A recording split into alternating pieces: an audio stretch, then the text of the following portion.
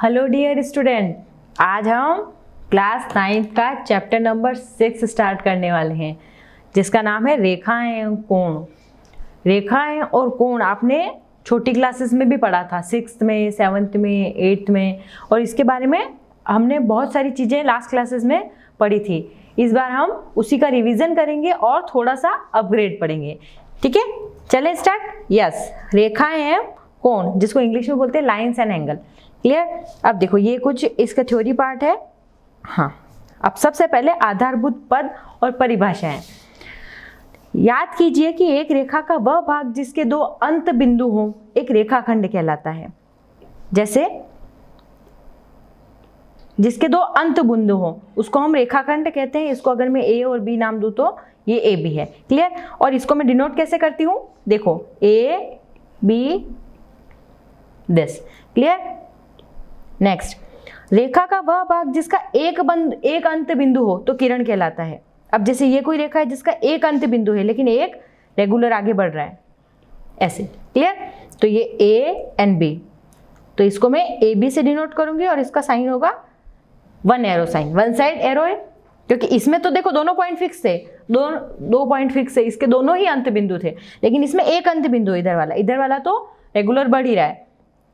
और थर्ड, रेखाखंड AB को AB से व्यक्त करते हैं जिसके ऊपर सिंगल डैश है। उसकी लंबाई को AB से व्यक्त किया जाता है। AB, हाँ, और किरण को किससे, AB और एक एरो का साइन, तो वो किरण का साइन है। और रेखा AB को देखो एक जो, और रेखा को हम कैसे डिनोट करते हैं, जिसके दोनों तरफ एरो हो, जैसे A और B, तो इसको हम कैसे डिनोट करेंगे, AB, ये वाले साइन। क्लियर। तो रेखाखंड और किरण तीनों में डिफरेंस समझ में आ गया। रेखा सिर्फ जो ए बी दोनों अंत बिंदु हैं, किरण जिसका एक अंत बिंदु है। ठीक है। और रेखाखंड जिसके दोनों ही अंत बिंदु नहीं है, यानी दोनों तरफ वो रेगुलर आगे बढ़ सकती है। क्लियर, समझ में आया तीनों में डिफरेंस, रेखाखंड, किरण और रेखा में, तीनों में।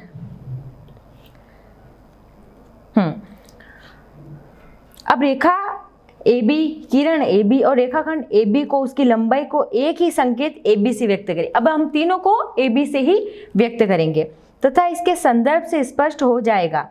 कभी कभी छोटे अक्षर L, M, N इत्यादि का प्रयोग रेखाओं को व्यक्त करने के लिए भी किया जाता है।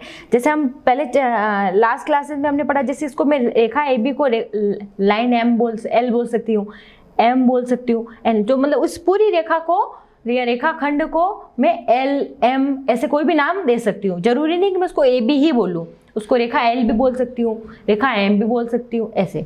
तो सिर्फ एक वर्ड से भी इसको डिनोट कर सकती हूँ। यदि 3 या अधिक बिंदु एक ही रेखा पर स्थित हो तो वे संरेख बिंदु कहलाते हैं, अन्यथा वे असंरेख बिंदु कहलाते हैं। देखो अगर 3 बिंदु एक ही रेखा पर हो, ये देखो जैसे मैंने एक रेखा खींची और तीनों एक ही लाइन पे है, तो वो कौन से कहलाएंगे, संरेख बिंदु। और अगर अलग अलग है देखो तो वो संरेख नहीं होंगे। तो इंग्लिश में संरेख को क्या बोलते हैं, कोलिनियर पॉइंट्स, एंड असंरेख को नॉन कोलिनियर पॉइंट्स कहलाते हैं। क्लियर। अगर वो एक ही लाइन पे तीनों बिंदु है तो वो संरेख होंगे, और वो अलग अलग जगह है तो वो असंरेख होंगे।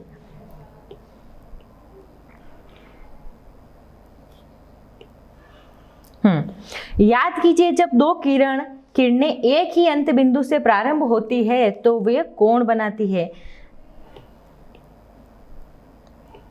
जैसे एक कोई बिंदु है, उससे एक किरण ये निकली और एक किरण ये निकली, तो इससे कोण का निर्माण हुआ ना, बीच वाला हमने लास्ट क्लासेस में पढ़ा था। तो ये कोण का निर्माण होता है, और कोण को बनाने वाली दोनों किरणें कोण की भुजाएं कहलाती है। अब जैसे ये भुजा और ये भुजा, तो ये इसकी भुजाएं कहलाती है, जिसको आर्म्स या साइड्स बोलते हैं। और वह उभयनिष्ठ अंत बिंदु कोण का शीर्ष कहलाता है। अब ये जो लास्ट वाला बिंदु है ना, ये इसका शीर्ष, जिसको इंग्लिश में बोलते हैं वर्टेक्स कहलाता है। आप पिछली कक्षाओं में विभिन्न प्रकार के कोणों जैसे न्यून कोण, एक्यूट एंगल, समकोण, राइट एंगल, अधिक कोण, ऑब्ट्यूस एंगल, ऋजु कोण, स्ट्रेट एंगल, और प्रतिवर्ती कोण, रिफ्लेक्स एंगल के बारे में पढ़ चुके हैं। हमने लास्ट क्लासेस में पढ़ा था ना, ये सारा हमारा पिछली कक्षाओं का रिवीजन है, तो एक बार हम देख लेते हैं। अब देखो सबसे पहले बताओ न्यून कोण क्या था, जिसकी वैल्यू लेस देन 90 डिग्री यानी 90 डिग्री से कम, तो वो होता है न्यून कोण। 90 से कम है ना इसकी वैल्यू, जैसे 90 से कम कुछ भी हो सकती है, 50, 60, 70, लेकिन 90 से कम और 0 से ज़्यादा, तो यानी 10, 20, 30, 40 ऐसे आप कुछ भी ले सकते हो। नेक्स्ट, समकोण, जिसकी वैल्यू 90 के बराबर हो वो मेरा समकोण, राइट एंगल। अधिक कोण, ये देखो जिसकी वैल्यू 90 तो यहाँ होता है, अब ये 90 से कुछ ज़्यादा, तो कितना हो गया, और 180 से कम, ये भी बात ध्यान रखना, 90 से तो ज़्यादा और 180 से कम, बीच में, उनके बीच में, यानी 90 से 180 के बीच में कोई भी वैल्यू, 110 हो सकती है, 130 हो सकती है, 170 हो सकती है, 179 हो सकती है, लेकिन 180 नहीं हो सकती, क्योंकि 180 से कम होना चाहिए। क्लियर। अब है ऋजु कोण, जिसको हम स्ट्रेट एंगल बोलते हैं, तो जिसकी वैल्यू होती है 180 डिग्री। क्लियर। ये देखो ये वाली 180 डिग्री जिसका मान होता है वो होता है मेरा ऋजु कोण, बिल्कुल स्ट्रेट लाइन 180 डिग्री। अब है मेरा प्रतिवर्ती कोण। देखो ये कोण तो सब आपको पता होंगे, खाली प्रतिवर्ती कोण में आपको थोड़ा कंफ्यूजन होगा।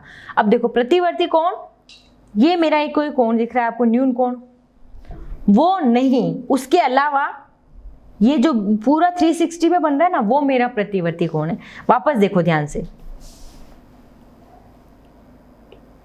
ये मेरा कोई एंगल है, ये नहीं लेना है, उसके अलावा यहां से शुरू होके पूरा जो एंगल है वो प्रतिवर्ती कोण है, जिसका मान 180 से कम, ज्यादा और 360 से कम होता है। जैसे आप 200 रख सकते हो, 260, 300, 350, ऐसे कोई भी, मतलब 180 से तो ज्यादा और 360 से कम।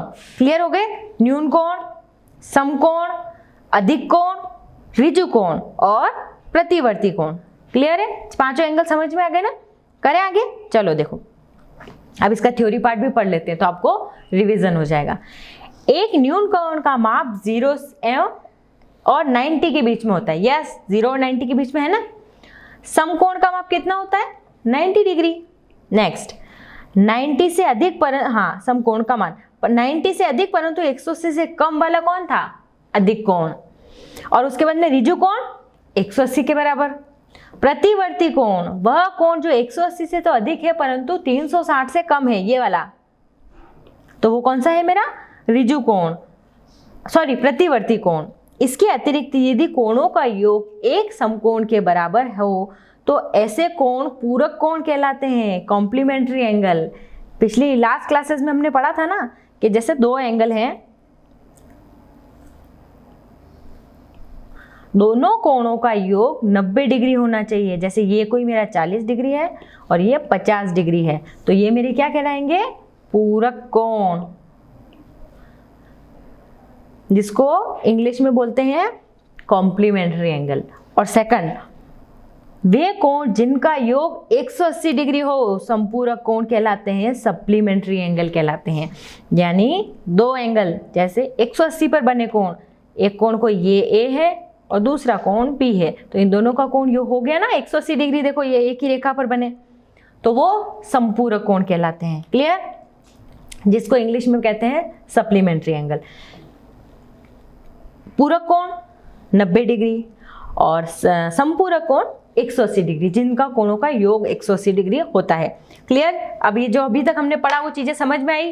रेखाखंड जिसके दो अंत बिंदु होते हैं, किरण जिसका एक अंत बिंदु होता है लेकिन एक साइड में वो रेगुलर बढ़ती है, उसके बाद में रेखा जिस दोनों ही अंत बिंदु नहीं है, दोनों साइड में आप बढ़ा सकते हो। फिर हमने कोणों के बारे में पढ़ा, न्यून कोण जो 90 डिग्री से कम है, समकोण जो 90 डिग्री के बराबर है, अधिक कोण जो 90 डिग्री से अधिक है, उसके बाद में ऋजु कोण जो स्ट्रेट लाइन है 180 डिग्री है, उसके बाद में प्रतिवर्ती कोण यानी जो 180 से तो ज्यादा है और 360 से कम है, ये पढ़ा।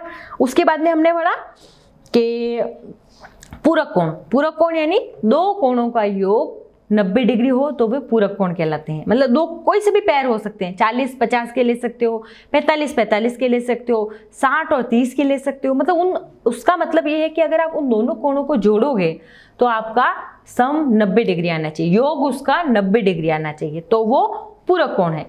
उसके बाद में हमने पढ़ा समपूरक कोण, यानी उन दोनों कोणों का योग 180 डिग्री हो तो वो कोण संपूरक कोण कहलाते हैं। जैसे आप दोनों 90-90 के ले सकते हो, या 100 और 80 तो भी 180 हो गया। आप कोई से भी पेड़ ले सकते हो, ऐसे 70 और 110 ले सकते हो, दोनों को जोड़ोगे तो 180, तो वो संपूरक कोण कहलाते हैं। क्लियर, यहां तक समझ में आया? चले आगे अब। यस, अब हम पढ़ते हैं आसन्न कोण। देखो लास्ट क्लासेस में हमने आसन्न कोण भी पढ़ा था, जिसमें देखो दो कोण है, कोई ये एक कोण है, ये देखो कोणों को डिफरेंशिएट कैसे करते हैं। इधर देखो, आपको अगर इसमें सिर्फ एक लाइन है तो ये कोण अलग है, और इसमें डबल लाइन है तो ये कोण का मान अलग है। ऐसा नहीं है, आप दोनों को बिल्कुल एक मत समझना। अगर दोनों में ही डबल लाइन होती तो वो दोनों सेम होते, लेकिन एक में सिंगल लाइन है और एक में डबल लाइन है, तो इसलिए दोनों का कोणों का मान अलग अलग है, इसलिए कंफ्यूज नहीं होना है, ये कोण अलग अलग है। अब देखो ये मेरे आसन्न कोण है। अब आसन्न कोण की विशेषता मैं बताती हूँ, ध्यान से सुनना। देखो पहले इसमें एक भुजा उभयनिष्ठ होती है। अब देखो अगर इस एंगल की बात करूं और इस एंगल की बात करूं तो इसमें एक भुजा उभयनिष्ठ है, एक बिंदु उभयनिष्ठ है, ये देखो शीर्ष उभयनिष्ठ है, और जो भुजा उभयनिष्ठ नहीं है, यानी ये वाली और ये वाली दोनों साइड वाली, वो उस उभयनिष्ठ भुजा के दोनों तरफ है। क्लियर, ये तीन कंडीशन होनी चाहिए। पहली, भुजा उभयनिष्ठ होनी चाहिए, दूसरा शीर्ष, और तीसरी क्या थी, और जो भुजा उभयनिष्ठ नहीं है वो उसके दोनों साइड होती। चलो अब हम चेक करें कंडीशन। फर्स्ट, भुजा उभयनिष्ठ है, देखो एक ये कोण है और एक ये कोण है, इसमें भुजा उभयनिष्ठ है, यस है। बिंदु उभयनिष्ठ है, बी बिंदु उभयनिष्ठ है, ये भी है। और जो भुजा उभयनिष्ठ नहीं है, यानी ए बी और बी सी, वो उभयनिष्ठ भुजा के दोनों तरफ है यस, तो ये मेरा आसन्न कोण होता है। ये आप कंडीशन आप चेक कर सकते हो। क्लियर, चले थ्योरी पार्ट पढ़े। यस, पिछली कक्षाओं में आसन्न कोण, जिसको एडजेसेंट एंगल के बारे में पढ़ चुके हैं। दो कोण आसन्न कोण कहलाते हैं यदि, फर्स्ट पॉइंट, उनमें एक शीर्ष उभयनिष्ठ हो, यस शीर्ष मेरा बी है, उभयनिष्ठ है। एक भुजा उभयनिष्ठ हो, यस डी बी मेरी भुजा उभयनिष्ठ है, और उनकी वे भुजाएं जो उभयनिष्ठ नहीं है, उभयनिष्ठ भुजा के विपरीत ओर स्थित हो। तो इस उभयनिष्ठ भुजा के विपरीत ओर है कि नहीं दोनों साइड में, यस। तो आकृति 6.2 में एंगल ए बी डी और डी बी सी आसन्न कोण है, यानी ये कोण और ये कोण दोनों आसन्न कोण है। किरण बी डी, अब इसमें कौन कौन उभयनिष्ठ है, देखो बी डी उभयनिष्ठ भुजा, यस, बी इनका उभयनिष्ठ शीर्ष, और बी ए और सी ए वे भुजाएं हैं जो उभयनिष्ठ नहीं है। क्लियर, इसके अतिरिक्त जब दो कोण आसन्न कोण होते हैं तो उसका योग तो उस कोण के बराबर होता है जो इनकी उन भुजाओं से बनता है जो उभयनिष्ठ नहीं है। क्लियर, देखो इसका मतलब ये है कि उनका टोटल योग ये पूरा होगा, है ना, डायग्राम में दिख रहा है। अगर जैसे मैं इसको एंगल 1 मानूं और इसको 2 मानूं तो इसका मतलब है, और ये पूरा मेरा है 3, एक बार आपके समझने के लिए, तो मैं ऐसे कह सकती हूँ कि angle 1 plus angle 2 equal to पूरा एंगल 3 हो सकता है ना।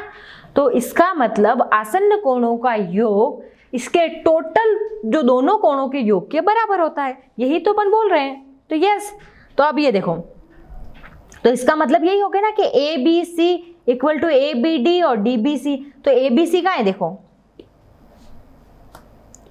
ए बी सी मतलब ये पूरा, इसका ये पूरा कितना होगा, दोनों के योग के बराबर। तो यानी इसके ए बी डी के योग और डी बी सी के योग दोनों के योग के बराबर होगा, दो आसन्न कोणों का योग। तो बस यही बोल रहा है कि A B C equal to A B D plus D B C. Clear, आसन्न कोण समझ में आए ना। आसन्न कोण जिसमें भुजा उभयनिष्ठ होती है, एक बिंदु उभयनिष्ठ होता है, और जो भुजा उभयनिष्ठ नहीं होती है वो उसके दोनों ओर होती है, और उसका टोटल योग कितना होता है, जो उसकी बाहरी भुजाओं से बनता है उस कोण के बराबर उसका योग होता है। ये हमारा आसन्न कोण था। अब देखिए ये कोई एंगल ए बी सी है, ये पूरा एंगल है, और ए बी डी, अब ए बी डी का है, देखो ए बी और डी, ये कोई एंगल है मेरा। आसन्न कोण नहीं है।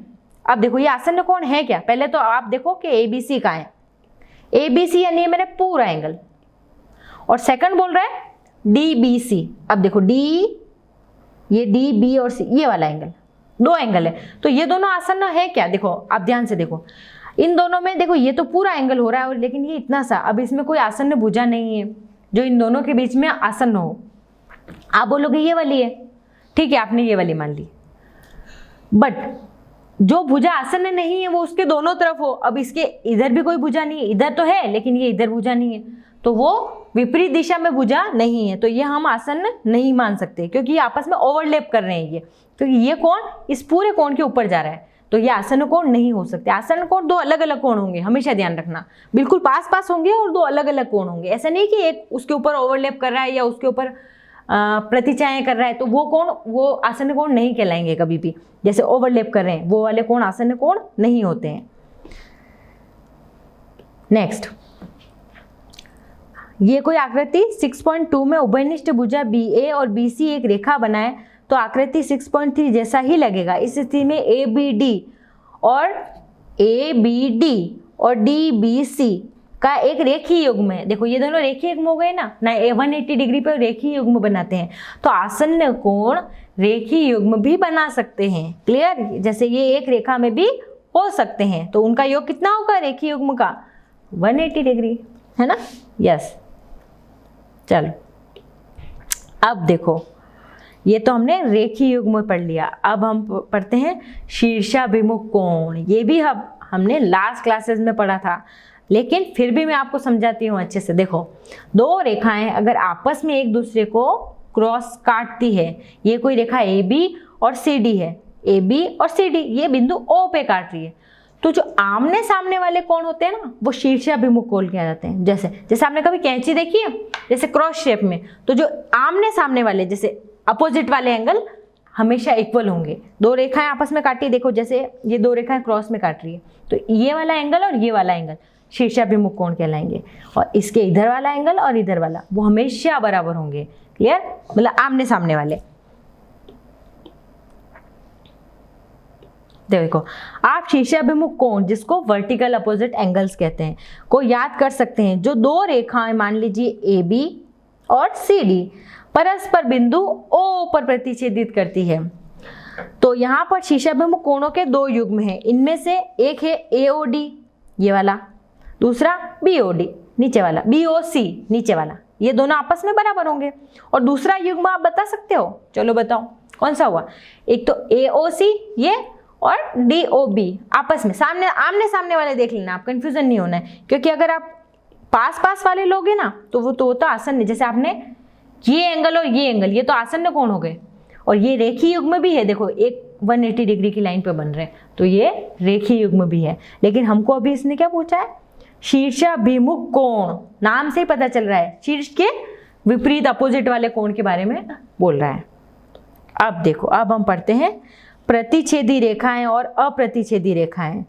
प्रतिच्छेदी रेखाएं, दो रेखाएं अगर आपस में क्रॉस करती है तो वो प्रतिच्छेदी कहलाती है, और दो रेखाएं अगर आपस में समांतर चलती है तो वो अप्रतिच्छेदी रेखाएं कहलाती है। देखो, अगर आप मुझे बोलोगे कि ये तो प्रतिच्छेदी रेखा नहीं है ना, आप एक बार ऐसे बोलोगे कि ये दोनों रेखा कहाँ क्रॉस करी, लेकिन अगर मैं इनको और आगे बढ़ाऊं तो वो किसी बिंदु पर जाकर जरूर प्रतिच्छेदित करेगी, इसलिए ये भी प्रतिच्छेदी रेखाएं हैं।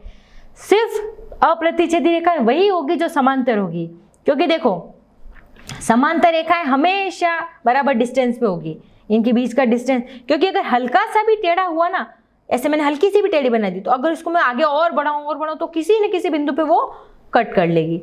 इसलिए रेखा का समांतर होना जरूरी है, तब वो प्रतिच्छेदित नहीं होगी। जैसे आपने रेल की पटरी देखी है ना, बिल्कुल सेम डिस्टेंस पे आगे चलती है, कभी वो मिलती है आपस में दोनों? नहीं, तो वो एज अ समांतर रेखा है। और प्रतिच्छेदी ये रेखा यानी जो क्रॉस करती है। डिफरेंस समझ में आ गया प्रतिच्छेदी और अप्रतिच्छेदी में? चले आगे।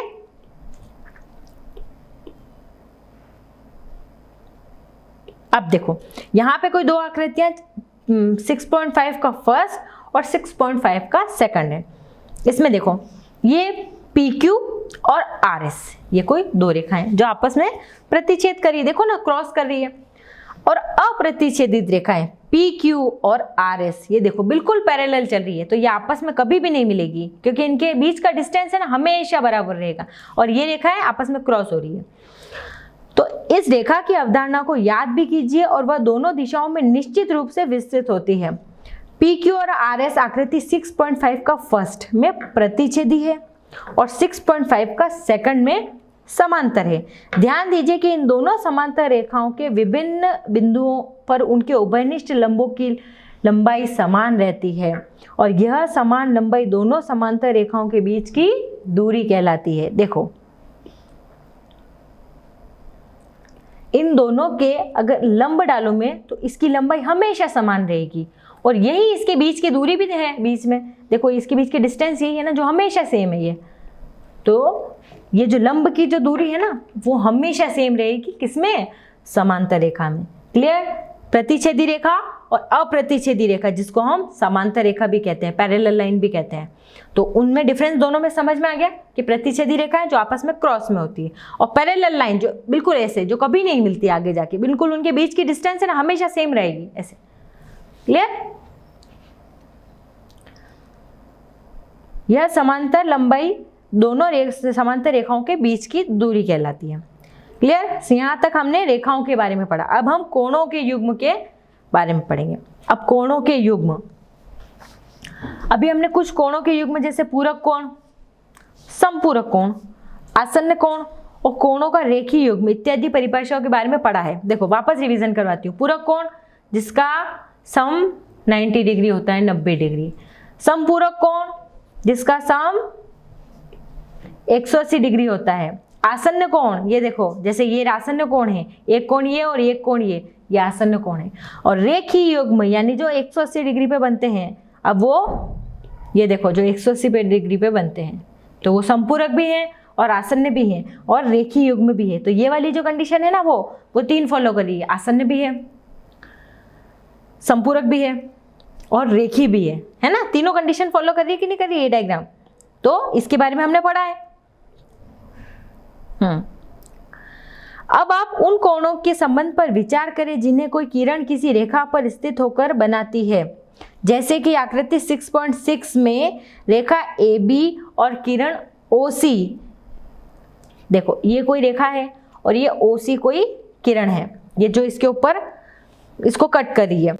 तो O पर बनने वाले कोण क्या हैं? अब इसमें O पर कौन कौन से कोण बन रहे हैं आप अगर बताओ तो O पे कौन कौन से कोण बनेंगे? तो आप कहोगे 3 कोण बन रहे हैं, AOC ये कोण, फिर आप बोलोगे COB ये दूसरा कोण, और आप बोलोगे AOB ये पूरा कोण भी तो बन रहा है ना पूरा। ये हो गए ना 3 कोण, पहले तो एक एंगल, ये दूसरा वाला एंगल और ये पूरा तीसरा एंगल, तो हो गए ना 3 कोण। क्लियर। तो ये 3 कोण हो गए।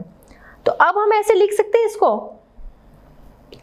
कि ये पूरा एंगल में देखो तो ये इसके सम और इसके सम के बराबर है कि नहीं है। एक बार आपको दिख रहा है ना कि अगर मैं इस कोण और इस कोण को जोड़ूं तो ये पूरे कोण का मान आ जाएगा। तो मैं इसको लिख सकती हूँ कि AOC plus BOC equal to AOB, है ना। AOC प्लस BOC ये तो इसका पूरे का मान इसका पूरा आ गया, तो ये मैंने इसको लिख दिया।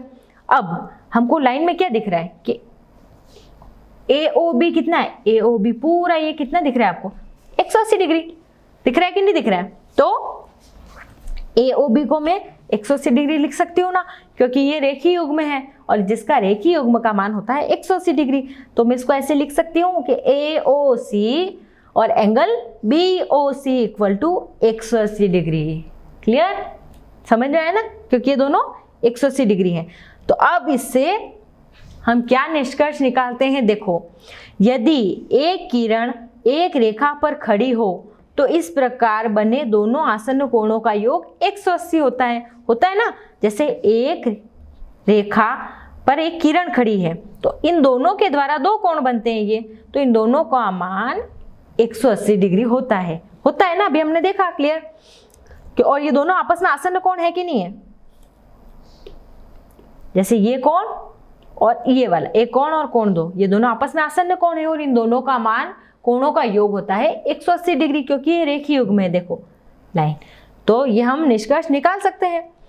याद कीजिए, जब दो आसन्न कोणों का योग 180 है तो वो रेखीय युग्म बनाते थे। क्लियर है ना? हमने पढ़ा था कि अगर दो आसन्न कोणों का योग 180 डिग्री है तो वो रेखीय युग्म बनाएंगे, वो एक सीधी रेखा पर होंगे। अभिग्रहित 6.3 में यह दिया है कि एक किरण एक रेखा पर खड़ी हो। इस दिए हुए से हम निष्कर्ष निकाला कि इस प्रकार बने दोनों आसन्न कोणों का योग 180 डिग्री होता है। क्या हम 6.1 के विपरीत इस प्रकार लिख सकते हैं कि यदि दो आसन्न कोणों का योग 180 डिग्री है तो किरण एक रेखा पर खड़ी होती है। मतलब आप उल्टा भी लिख सकते हो कि या तो आप बोल सकते हो कि एक रेखा पर एक किरण लाई कर रही है, उस पर खड़ी है, तो उन दोनों कोणों का मान 180 डिग्री है। और अगर कोणों का योग 180 डिग्री है तो वो उसकी किरण एक रेखा पर खड़ी है। दोनों बात एक ही है, आप उल्टा भी बोल सकते हो। क्लियर? अब देखो 6.1 कथन 2 के विपरीत है। इनमें से प्रत्येक को दूसरे का विलोम कन्वर्स कहते हैं। अब देखो यहाँ पे कुछ आकृतियां दी गई है। आकृति 6.7 में दर्शाए अनुसार आसन्न कोण हमको खींचना है।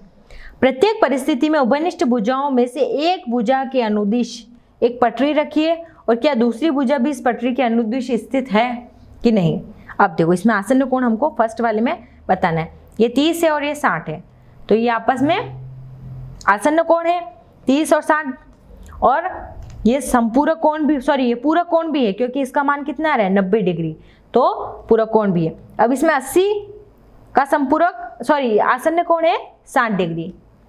अब ये देखो ये एक पटरी है, सीधी पटरी, उसके यहाँ 55 है और यहाँ 125 है। तो देखो अगर मैं दोनों को जोड़ लो 125 और 55 180 डिग्री, यानी ये अगर किसी भी दो कोणों का योग 180 डिग्री होता है तो इसका मतलब वो एक उसका मान 180 डिग्री है। इसका मतलब वो एक सीधी रेखा है। हमेशा ध्यान रखना, क्योंकि 180 डिग्री बिल्कुल स्ट्रेट लाइन होती है। तो इससे ये हम बोल सकते हैं, ये प्रूव कर सकते हैं कि ये एक पटरी है और एक सीधी रेखा है। लेकिन इन दोनों के केस में ये नहीं था, क्योंकि अगर मैं 60 और 80 को जोड़ूं तो उसका मान 180 नहीं आता है। ठीक है, अब इसको भी जोड़ूं तो ये 90 डिग्री है, तो यानी ये सीधी रेखा नहीं है। अब ये 70 और ये 150 है, दोनों 150 और 70 0, ये कुछ 220 डिग्री आ रहा है। क्लियर? तो अब ये इसको अगर मैं स्ट्रेट लाइन करूं तो क्या ये एक बिल्कुल संपूरक रेखा 180 डिग्री बन रहा है क्या? ये लाइन ये भी नहीं बन रही, क्योंकि इसका मान 220 डिग्री आ रहा है, इससे ज्यादा आ रहा है। अगर ये ऐसे कुछ होता तो मेरा स्ट्रेट लाइन हो सकती थी, लेकिन ये 220 आ रहा है, 180 से तो ज्यादा है, तो ये भी स्ट्रेट लाइन रेखीय युग्म नहीं है। तो ये हम चेक कर सकते हैं। अब देखो 6.3 में सिर्फ थर्ड में ही दोनों उभयनिष्ठ भुजाएं पटरी के अनुदिश है। देखो इस वाले जो थर्ड डायग्राम था ना, ये इसमें ही सिर्फ ये रेखीय युग्म में थी, पटरी के अनुदिश थी, उसके अलावा किसी में भी नहीं थी। तो यदि दो आसन्न कोणों का योग 180 डिग्री है तो उनकी उभयनिष्ठ भुजाएं एक रेखा बनाती है। यस, तो स्पष्ट कारणों से उपरोक्त दोनों अभिग्रहों को मिलाकर रेखीय युग्म अभिग्रहित लीनियर पेयर कहते हैं। ओके, यानी जब उस स्थिति की जांच कीजिए जब दो रेखाएं प्रतिच्छेदित करती है। अब ये आगे नेक्स्ट वाली कंडीशन बता रहा है, तो आपको रेखीय को समझ में आ गया कि जब दो रेखाएं आपस में 180 डिग्री का कोण का निर्माण करती है तो वो रेखीय युग्म होता है। ये हमने अभी तक पढ़ा है। अब हम एक प्रमेय 6.1 स्टार्ट करते हैं। यदि दो रेखाएं परस्पर प्रतिच्छेदित करती है तो शीर्षाभिमुख कोण बराबर होते हैं, ये आमने सामने वाले कोण बराबर होते हैं। क्लियर? इसको हम प्रूव करेंगे। फर्स्ट, शीर्षाभिमुख कोण के अगर मैं पैर देखने को बोलूं कौन कौन से जोड़े बन रहे, तो आप बोलोगे AOC BOD, ये बना। सेकंड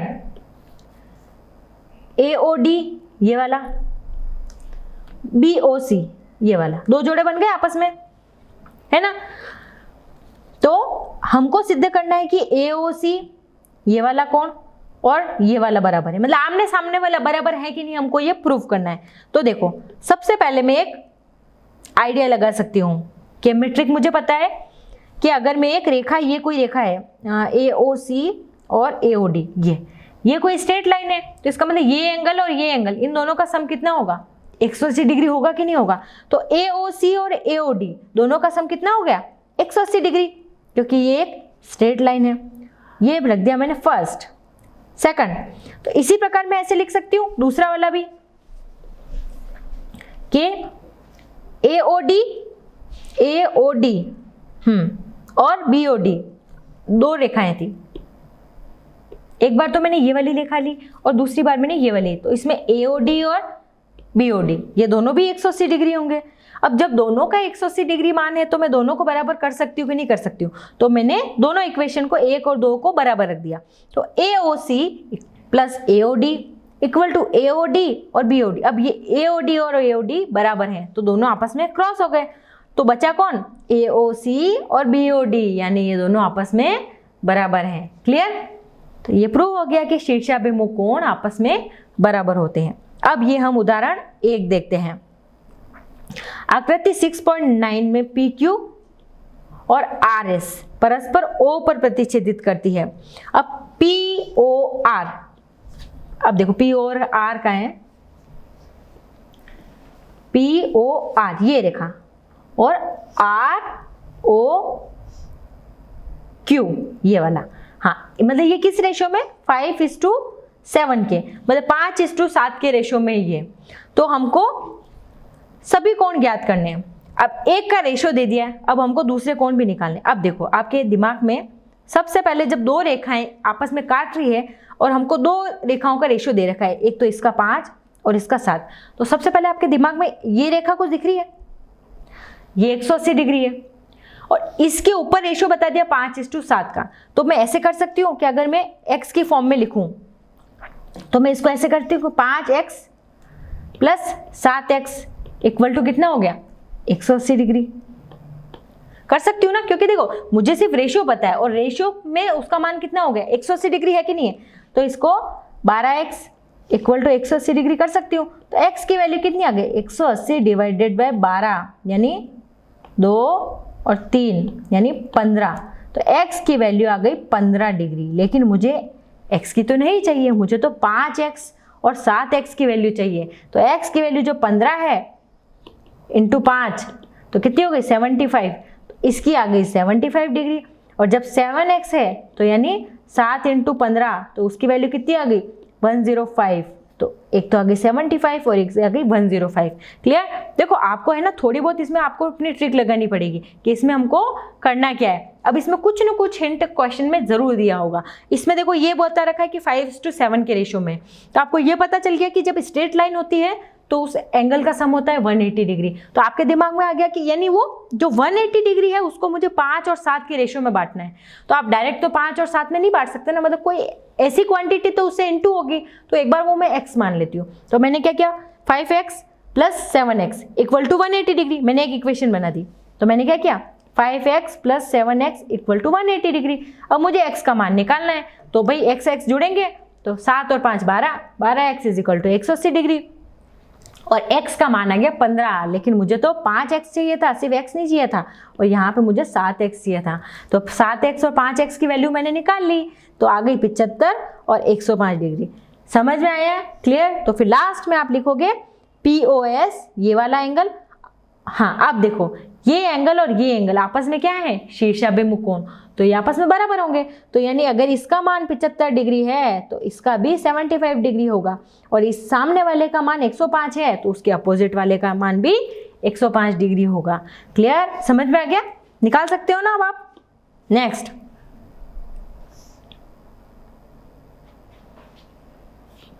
अब ये भी देखो प्रूव करने वाले हैं।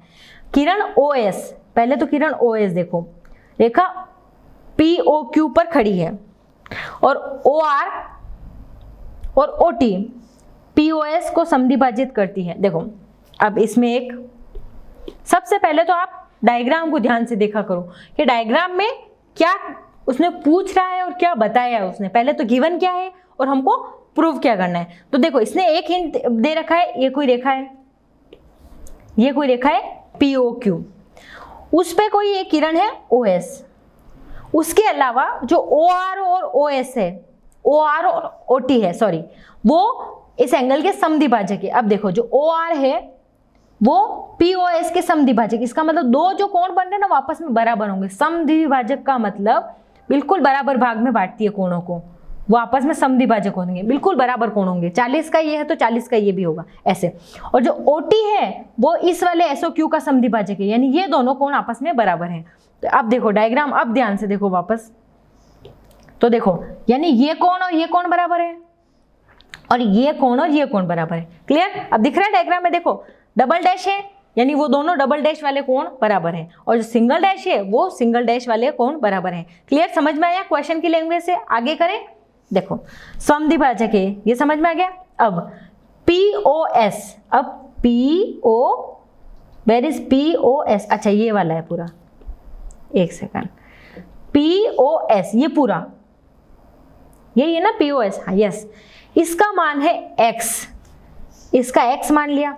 तो ROT, अब देखो R, where is R, O और T, ये हमको ज्ञात करना है, यानी ये बीच वाला जिसमें इधर वाला एंगल भी आ रहा है और इधर वाला भी एंगल आ रहा है। अब देखो अब हमको क्या क्या पता है, सबसे पहले तो हम वो लिखेंगे क्योंकि लास्ट में हमको चाहिए ROT, हमको क्या ज्ञात करना है, ROT ज्ञात करना है।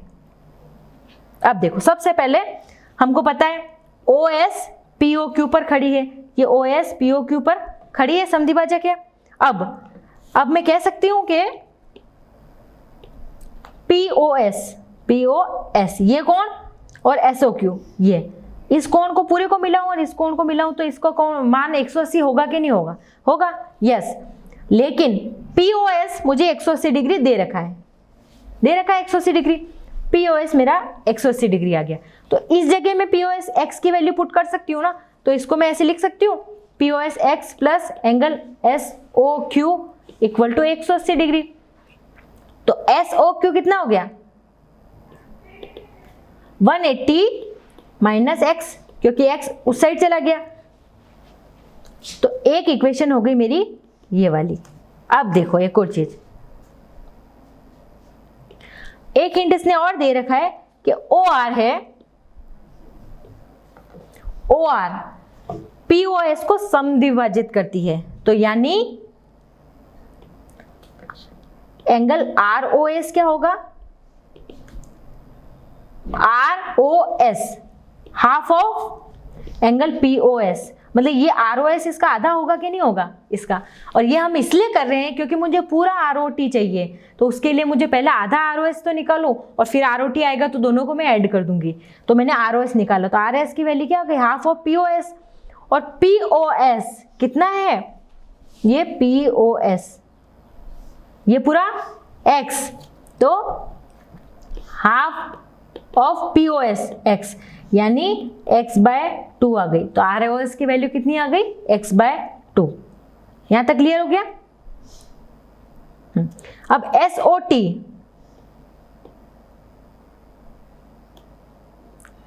SOT देखो ये मैं इसलिए कर रही हूं क्योंकि देखो क्वेश्चन में मुझे ROT मांगा है, तो ROT पूरा ये है। अब मुझे ये टर्म भी चाहिए और ये टर्म भी चाहिए, और ये मैं एक साथ मुझे नहीं दे रखी है, इसलिए मैं अलग अलग निकाल रही हूँ। तो ये मैंने ROS फाइंड करने के लिए मैंने POS की वैल्यू निकाली थी, POS तो मुझे दे रखा था, तो ROS कितना होगा? उसका हाफ है, क्योंकि X की वैल्यू POS X की वैल्यू कितनी, सॉरी POS की वैल्यू कितनी? X, तो ROS उसका आधा है, तो यानी x/2 हो गई। अब मुझे SOT से काम है, तो SOT के लिए क्या है? हाफ ऑफ SOQ, और SOQ कितना हो जाएगा?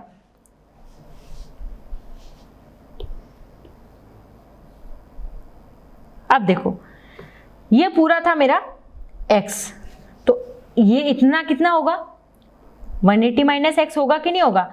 क्योंकि अगर एक वैल्यू X है तो दूसरी कितनी होगी? 180 माइनस X। तो बस इसको मैंने SOQ को क्या लिखा? 180 माइनस X। तो हाफ की जगह है 180 और x/2, तो ये दोनों से गुणा होगा, 1/2 बाहर की साइड में है ना, तो 180 माइनस X है, तो अब ये 1/2 180 से भी इंटू होगा और 1/2 x से भी इंटू होगा, तो ऐसे लिख सकते हैं हम 180 डिवाइडेड बाय और x/2, तो ये से ये कट गया तो 90 और x/2 का x/2 रह गया। अब मुझे चाहिए लास्ट में ये वाली टर्म ROT, तो ROT क्या है, किस किस का सम है,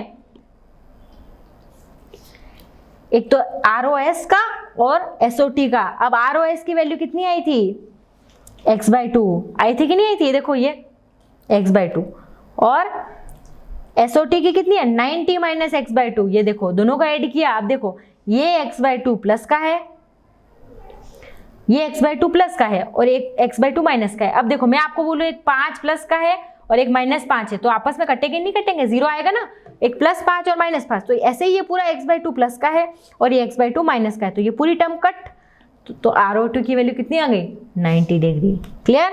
अगला एग्जांपल करें कि नेक्स्ट क्लास में करेंगे, चलो देख लेते हैं, मैं समझा देती हूँ एक बार। देखो आकृति 6.11 में OP, OQ, OR और OS ये कोई 4 किरणें हैं।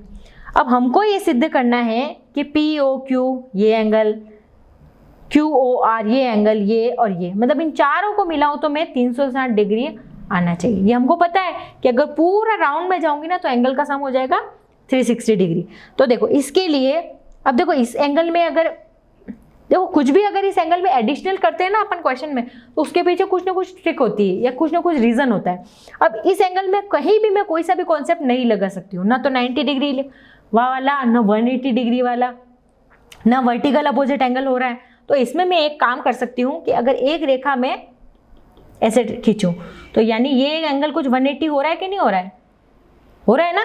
तो फर्स्ट इक्वेशन मेरी बनेगी, अगर मैंने एक लाइन ऐसे खींच दी है देखो इस वाली में, तो फर्स्ट इक्वेशन मेरी ऐसे कुछ, ये वाले दोनों सम क्या हो जाएंगे 180 डिग्री, क्योंकि एक सीधी लाइन हो गई।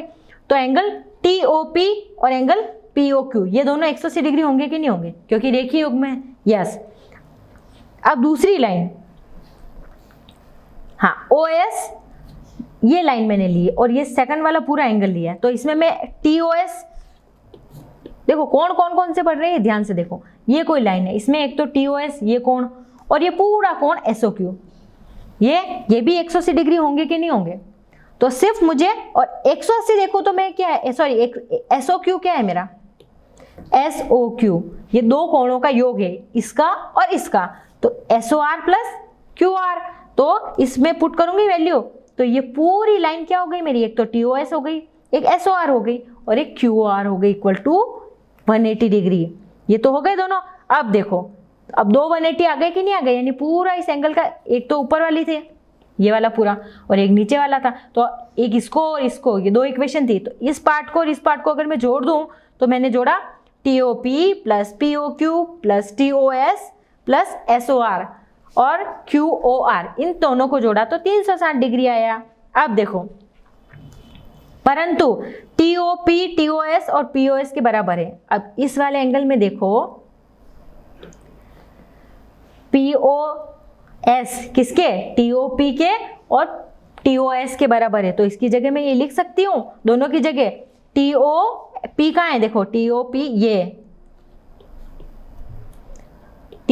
ये टर्म है और TOS ये टर्म है, तो इन दोनों को मैं POS कर सकती हूँ नहीं कर सकती हूँ, तो मैंने कर दिया, तो इसकी जगह मैंने POS ये लिख दिया, वरना दूसरी टर्म रिमेनिंग रह गई। तो इन चारों का सम आ गया मेरा 360 डिग्री। हो गया ना प्रूव। देखो आपको कुछ ना कुछ ट्रिक तो जरूर लगानी पड़ेगी, आपको सोचना पड़ेगा कि इसमें मैं कौन सी ट्रिक लगा सकता हूँ, और जरूरी नहीं कि एक ही ट्रिक जो बुक में है या जो मैंने बताई है वही लगे, आप कुछ और भी ट्रिक बना सकते हो। आप जैसे इसमें कोई ऐसे सिंगल लाइन ऐसे भी खींच सकते हो, उधर की साइड में आप कैसी भी लाइन एक अजम्पशन लाइन बना सकते हो, उसके अकॉर्डिंग आप कर सकते हो, जैसे आपका माइंड चलता है या जैसे आप सोचते हो। तो आप किसी भी तरीके से, आपको प्रूव करना है कि टोटल सम आ जाएगा मेरा 360 डिग्री, ये हमको प्रूव करना है। क्लियर। तो ये हमारे आज एग्जाम्पल फिनिश हुए। नेक्स्ट एक्सरसाइज में हम प्रश्नावली 6.1 के क्वेश्चन करेंगे और 6.2 देखेंगे। ठीक है, तब तक आप सारे जो भी एग्जाम्पल अपन ने सीखे हैं उन सबकी प्रैक्टिस कीजिएगा अच्छे से, तभी अपन नेक्स्ट क्लास में क्वेश्चन अच्छे से कर पाएंगे, तभी आपको अच्छे से समझ में आएंगे, है ना बच्चों। ओके।